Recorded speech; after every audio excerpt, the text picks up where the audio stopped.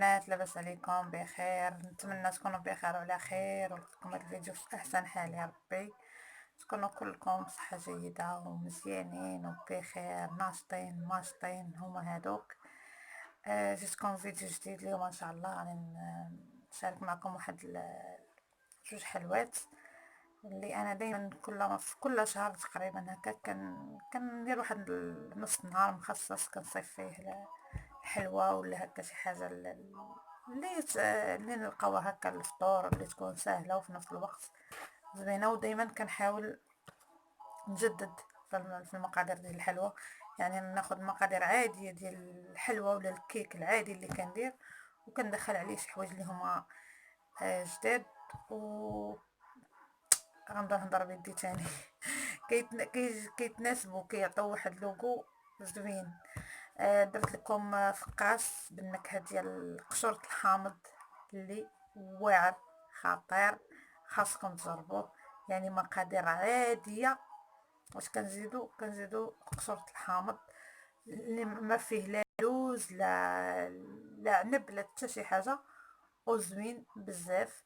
وحلوى تركيه اللي ديجا شاركتها معكم، حتى هي فيها شي حويجات اللي مختلفين على ديما فيها داكشي مغربي ضروري، ضروري لمسات مغربيه.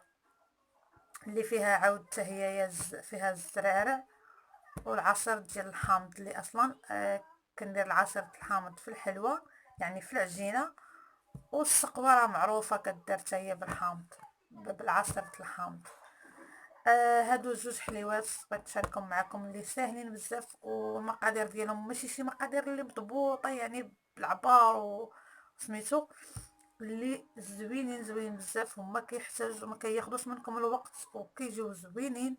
الفقاس ناجح 100% بالحليب والحامض، راه هو شي حاجه اللي زوينه، شي حاجه اللي روعه، ماشي رائعه، روعه نتمنى تجربوه باش ما كان ردوا عليا وكنغبر عليكم مره ماشي مشكل، راه يعني غير مع الظروف، مره كنغبر وكنبان. هذا ما كان البنات، وخليكم كملوا الفيديو حتى الاخر، ونتمنى يعجبكم. ونتمنى هاد الحليوات اللي شاركت دابا، راه العيد شيق على الابواب ان شاء الله، ما بقى له والو. نتمنى تجربوهم باش ما كان ردوا عليا. يلا الى فيديو جاي ان شاء الله، سلامه. بالنسبه للمقادير ديال هاد الحلوى، درت 3 البيضات، 3 البيضات كاملين، وبيض ديال البيضه. غادي نزيد عليهم حامضه محكوكه، وكاس ديال السكر. بالنسبه للسكر نفس العبار اللي عبرت به الزيت، كاس ديال الزيت. صافي غادي نطربهم مزيان، وغادي نزيد عليهم الزيت بالتدريج، وغادي ندير 2 المعالق كبار ديال الزرارع اللي حمرتهم. كانوا عندي الزرارع بيضين حمرتهم، تقدروا ما تحمروهمش. وغادي ندير 2 المعالق عاود ديال حبة حلاوة. صافي غادي نخلط مزيان، وغادي ندير معاهم، ودرت فانية وحده. وغادي ندير غادي ندير الخميره 2 خمارات، وغادي ندير معاهم كاس ديال الحليب. صافي وغادي نخلط مزيان. وبالنسبه للدقيق انا ما عبرتش، غادي تاخدوا على حسب حتى يتجمع لكم العجين. عارفين العجينه ديال الفقاس ما تكونش قاصحه وما تكونش عاود جاريه بزاف، يكون القوام ديالها بين وبين، ما قاصحه ما جاريه. يعني المعروف القوام ديال الفقاس كيفاش خاصو يكون. كملوا الفيديو حتى الاخر باش تفهموا التفاصيل. يعني هاد الفقاس هذا سهل بزاف، وما فيه شي حاجه اللي صعيبه. بغيتوا تضيفوا عاود اللوز ولا العناب ولا هذا ممكن، انا درتو عادي بالنكهه ديال الحامض كيجي زوين بزاف.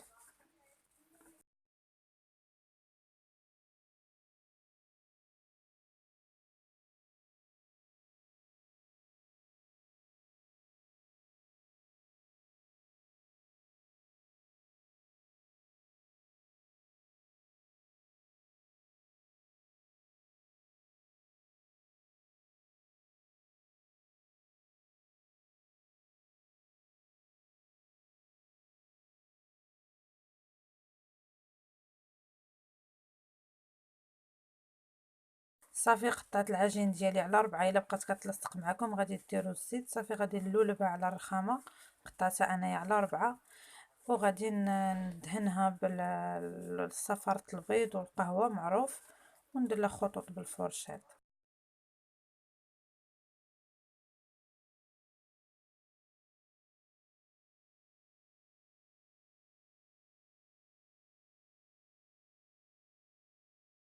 صافي هنا الفقاس ديالي خرجته من الفران. بالنسبه للفران ندخلو له الفقاس وهو بارد، ما يكونش سخون نهائيا، كنشعلو عليه غير في التحت، غير تيقبض راسو، ما يتحمر لينا لا من الفوق لا من والو. صافي وتنخرجو، غادي نغطيه حتى لو كان يبرد يعني مزيان. انا قطعته حتى العشيه. صافي البنات، كيف قلت خليت الفقاس حتى برد، يعني طيبته في الصباح وخليته حتى العشيه حتى يبرد. صافي غطيته بكتانه وخليته حتى العشيه. صافي غادي نقطعوه وندخلو يكمل الطياب ديالو في الفران، يتحمر من الفوق ومن التحت. بالنسبه للتقطاع انا عذبني شويه. الا كان عندكم موس ماضي من الاحسن يكون موس ماضي، لحقاش هاد الموس انا ما ساعدنيش، ولكن ما كانش شي خسارات اللي هي كثيره. صافي قطعته ودرتو يتحمر. ديال هاد الحلوى، هذه الحلوى التركيه، غادي نحتاج فيها جوج البيضات، بيضه كامله وبيض البيض، الصفار غادي نحتاجو للتزيين، قبيصه الملح، وفانية وحده، خماره وحده، كاس ديال الزيت، و عصير الحامض. غادي نطرب هادشي مزيان، وغادي نزيد عليهم الزرارع اللي حمرتهم قبل، وغادي ندير له جوج المعالق كبار ديال الياغورت طبيعي. تقدروا ديروا الحلو. الا لاحظتوا ما درتش السكر نهائيا لحقاش فيها السقوه كافي. غادي ندير لها كاس ديال الحليب. وبالنسبه غادي ندير عاود السميد، تقدروا ديروا السميد ديال الحرشه العادي، انا غادي ندير غير الفينو هو اللي كان عندي. درت كاس ديال الفينو وثلاثه الكيسان ونص ديال الفورس العادي. نتوما على حسب، تقدروا ديروا قل، تقدروا تزيدوا، يعني على حسب النوعيه ديال الفورس. العجينه ما تكونش قاصحه نهائي. صافي ساليت العجين، القوام ديال العجينه ما يكونش قاصح ما يكونش جاري. غادي ناخذ الطاوه اللي كتدخل الفران، غادي الفران ديجا سخون قبل، غادي ندهنها بالزيت وندير كويرات على شكل ديال الحامضه وغنديرهم في الفران. صافي ساليت العجينه كامله، الكويرات كامله اللي عندي، غناخذ الصفار ديال البيضه والقهوه، وغادي ندهنهم بالحلوى ديالي، وغادي ندير خطوط بالفرشيط للتزيين ونديرهم في الفران. صافي البنات، من بعد ما خرجتها في الفران وهي سخونه غندير لها السقوه اللي بارده. بالنسبه للمقادير ديال السقوه، درت جوج الكيسان ديال السكر وجوج ديال الماء، قد الماء قد السكر. غادي نديرهم على نار نهيله يطلع فيهم الغليه، ونزيد عليهم العصير ديال الحامض. صافي ونخليها تبرد، الحلوى تكون سخونه والسقوه بارده. ها هي الحلوى البنات، كتجي زوينه. نشوفوا من الداخل كيفاش دايره شاربه هذاك السقوه ديالها، كتجي زوينه زوينه زوينه، كتجي لذيذه. انا فايت لي حطيتها معكم في القناه، ولكن هذه مختلفه فيها الزرارع، كتجي زوينه. كنا تجربوها وبصحه والراحه. بنات الفقيقسات ديالي وجدوا كيجيو زوينين، ما نقولكمش الريحه اللي عندي في الدار راهي تهبل. شي حاجه اللي مختلفه، يعني فقاس بالنكهه ديال القشور الحامض وزايد عليه الحليب، شي حاجه اللي ماشي نقول لكم جديده، وانما واحد المذاق مختلف، مذاق زوين. المهم نتمنى تجربوه وتردوا عليا، يعني راه شي حاجه اللي زوينه.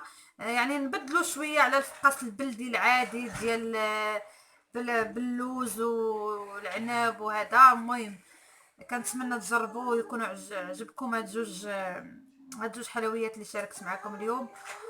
وكراهكا كيف كتشوفوا كيخرج كميه لا باس بها، وما كاينش يعني شي خسارات في التقطاع، ولو انا الموس عذبني، غير هادشي اللي خسرت فيه، يعني ما كاينش بزاف شي حاجه اللي كثيره. يعني غير من المشكل عندي غير كان في الموس، ما كانش عندي شي موس ماضي، معليش ماشي شي خسارات اللي هي كثيره. كنقول لكم بصحه والراحه الا جربتيهم، والى فيديو جاي ان شاء الله. سلامه.